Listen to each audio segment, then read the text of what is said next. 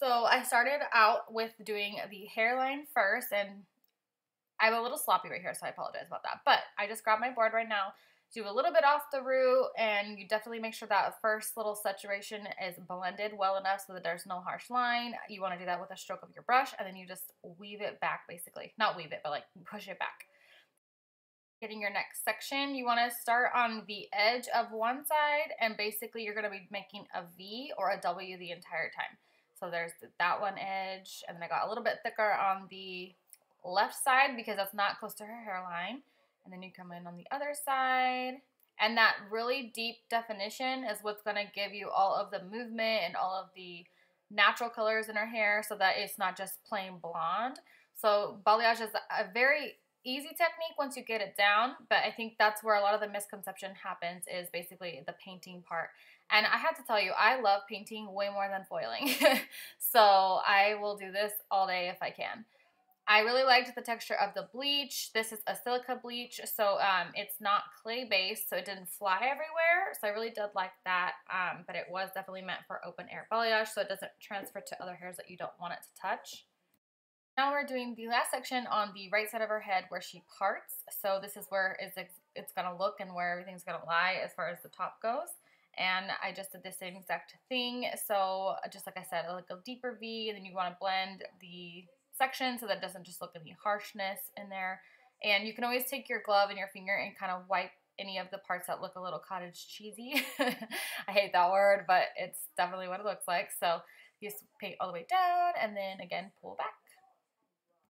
I just kept doing the same thing throughout the other side of her head, and I left out her hairline so far, so I was going to do the same exact thing that I've done on the other side.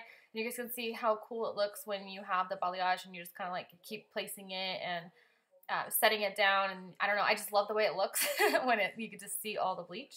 So I definitely like that part about balayage too. So as you can see, that one's a little bit more of a wider section. You just want to do basically your thing, I guess, as you do each section. So you can get kind of creative, try to think about where the hair is going to fall when you are going to be all said and done with things, and where everything, well, all the brightness is going to be placed. So that is definitely why I start in the front, even though I leave it on for a certain amount of time and I'm watching it the whole time and I'm testing elasticity. I definitely think that the longest parts of where the bleach is on is where you're going to get the ultimate brightness. So that is why I like to start in the front personally. I ended up washing her out for sure because I don't like to play, you know, like I don't want to chance things. I don't know how different silica bleach and clay-based lighteners are compared to actual, you know, in lightener, in foils. So just in case, I still rinsed it, even though it didn't seem like anything was wrong. She didn't have any, you know, breakage, nothing like that. So I don't know. I just don't like to take chances. So when I realized, okay, it's been on long enough and we good, let's just rinse that out and just be safe than sorry.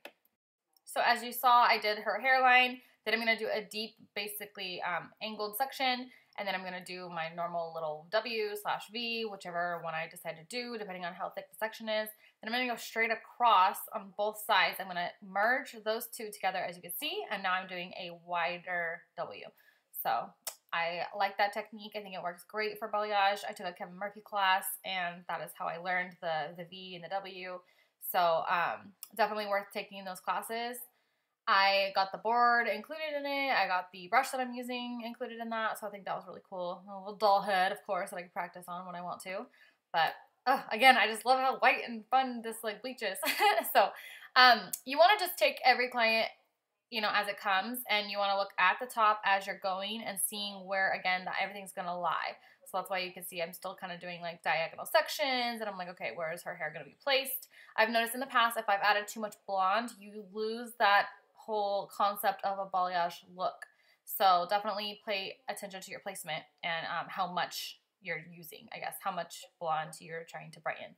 And you will get better and better every time. So hang in there. I know this is why I made the video, because I know that there's so many foil placement issues out there, and you know, people end up just doing full baby lights and all that jazz and kind of just shadow rooting.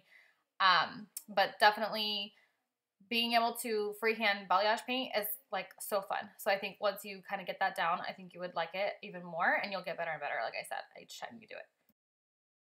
I was testing out this new product. It's called Frost. So It's by Jack Winn Color. Basically, you don't have to rinse it or anything like that. I'm sorry, you have to rinse it, my bad. You don't have to mix it. So it's already ready to go in that little bottle. You can retail it to your clients as well. So as you guys can see, she had some yellow and brassiness going on. She wasn't orange or anything, so it was definitely worth using. You have to get them to a certain level of lightness to use this product from my understanding.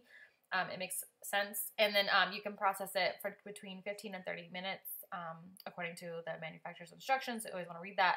And you apply just like you would like a color. So definitely I think toning gets missed a lot when you just apply at the bowl. I think you should apply it in sections and you would get a much better result. So that is what you guys are seeing here. For her, I watched it and I let it sit for 15 minutes. I got a little nervous. I just didn't want it to overtake because she was very, very white in the front. And I didn't want I could have definitely like not put it on as long in certain areas, but I just kind of just put it on and then I realized, oh yeah, I think I should take it off. So that's kind of how I base things usually.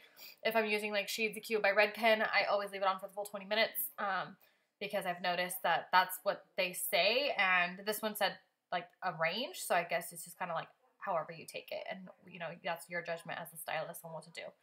So look at how bright she got, you guys. She was so happy even though she doesn't look like it.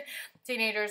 But yeah, it was super, super fun to do her hair. I loved it. I loved every minute of it. Like I said, I recommend you trying to do your own balayage and all that jazz without foils too, because you can get such different results. And like I said, foiling can be a pain as well. So anyways, then we just did some curls. Don't mind that cray-cray in the mirror. That is your hairdresser who was just not feeling herself yesterday, okay? So that is it, you guys. I will post some after pictures and some befores on Instagram as well, so be sure to follow me there. And don't forget to subscribe to my channel. Thanks for watching. I'll talk to you later. Bye.